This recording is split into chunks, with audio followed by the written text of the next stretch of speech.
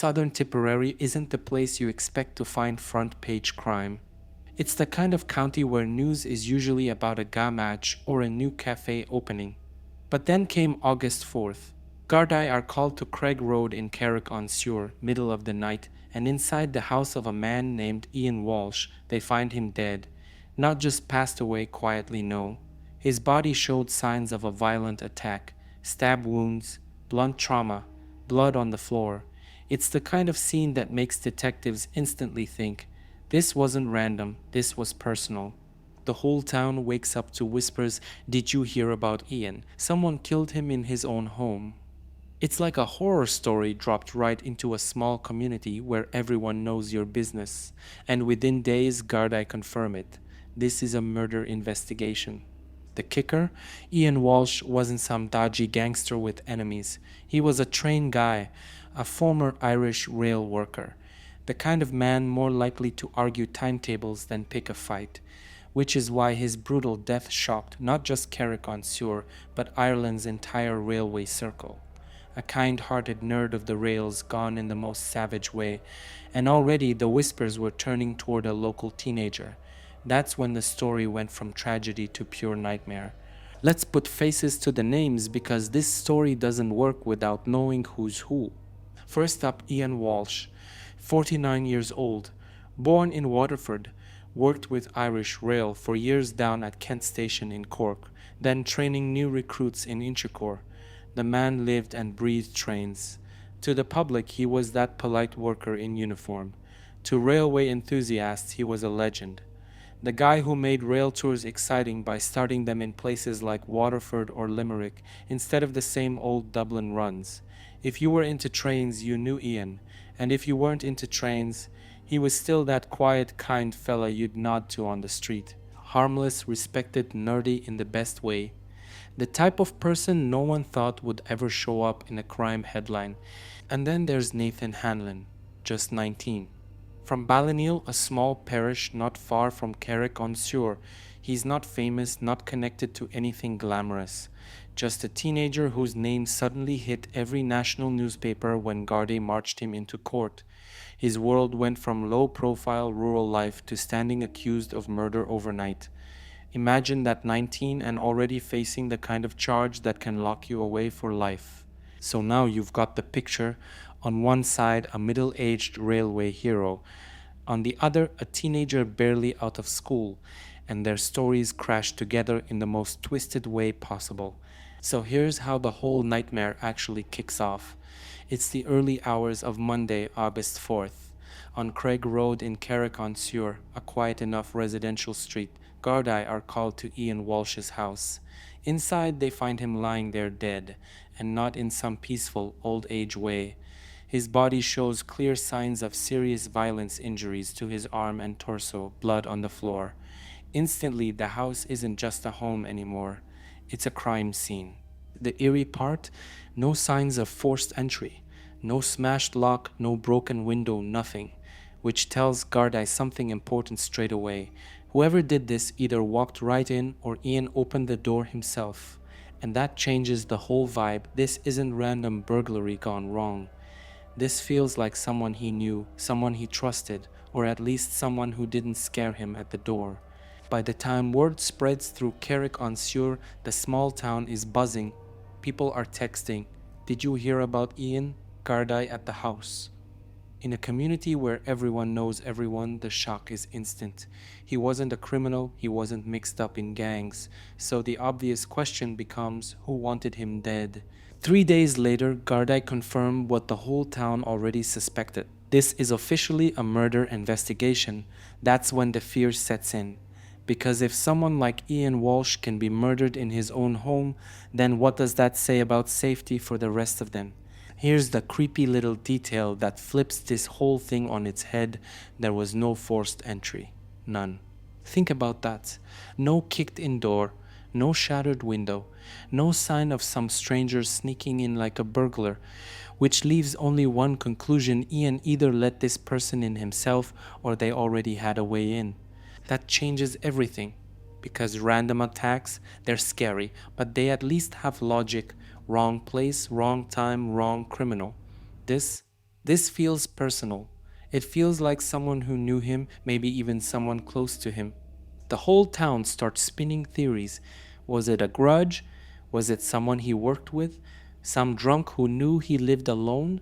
Or was it something darker, like a secret falling out nobody saw coming? Whatever the answer, that detail, that missing forced entry suddenly makes everyone around him a suspect. And in a small Irish town where people gossip more than they blink, that single fact is enough to make neighbors side-eye each other for weeks. So after nearly 2 weeks of speculation, Gardaí finally make their move. On August 20th, they swoop in and arrest a teenager from Ballineal, 19-year-old Nathan Hanlon. He's suddenly labeled the major person of interest in the case, and just like that, the story shifts. It's no longer just about Ian's tragic death. Now it's about a young man facing the weight of a murder investigation.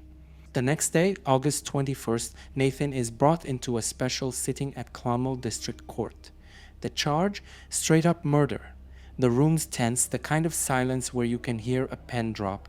When the charge is read out, Nathan gives no reply. Not a word. He is remanded in custody, which, for murder in Ireland, means no bail at district court level. He is not walking out of there. For the locals, this is the moment everything turns real. It's no longer rumor, no longer gossip. There's a name, a face, and a teenager standing in handcuffs accused of killing a man who dedicated his life to railways. And people are left asking, how could someone so young be caught up in something this brutal? Let's break down what actually went down in court, because the details matter.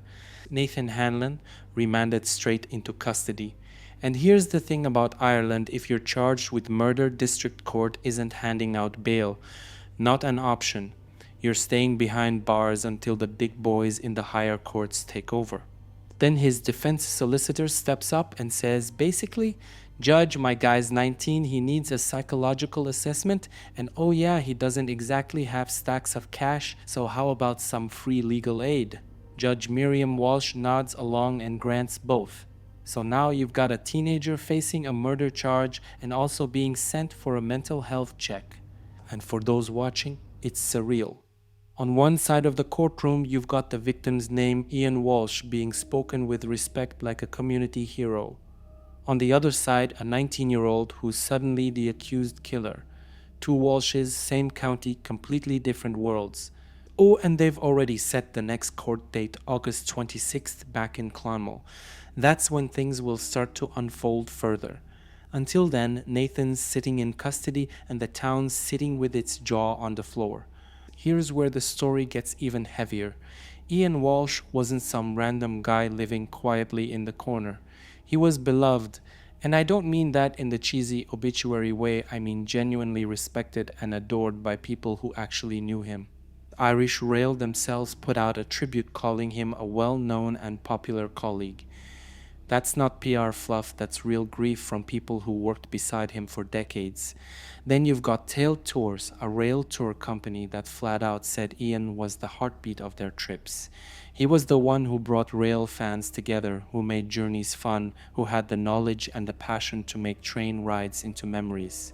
So when news spread that Ian was murdered, it didn't just shock a community, it felt like betrayal, because this wasn't a man with enemies.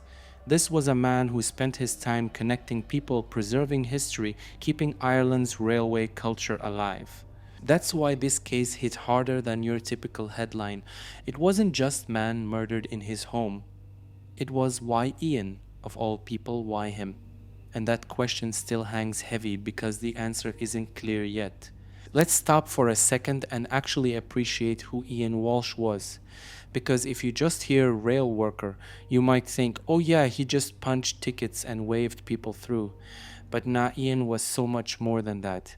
This guy basically reinvented how rail tours in Ireland were done. Most rail tours always started in the big obvious hubs, Dublin, or maybe Belfast if people were feeling adventurous. Ian, he was like, why not start in Waterford? Why not Limerick? He thought outside the box. He wanted people to experience rail travel in fresh ways, see corners of Ireland you don't usually get on the standard tourist routes. and it worked. Rail fans loved him for it.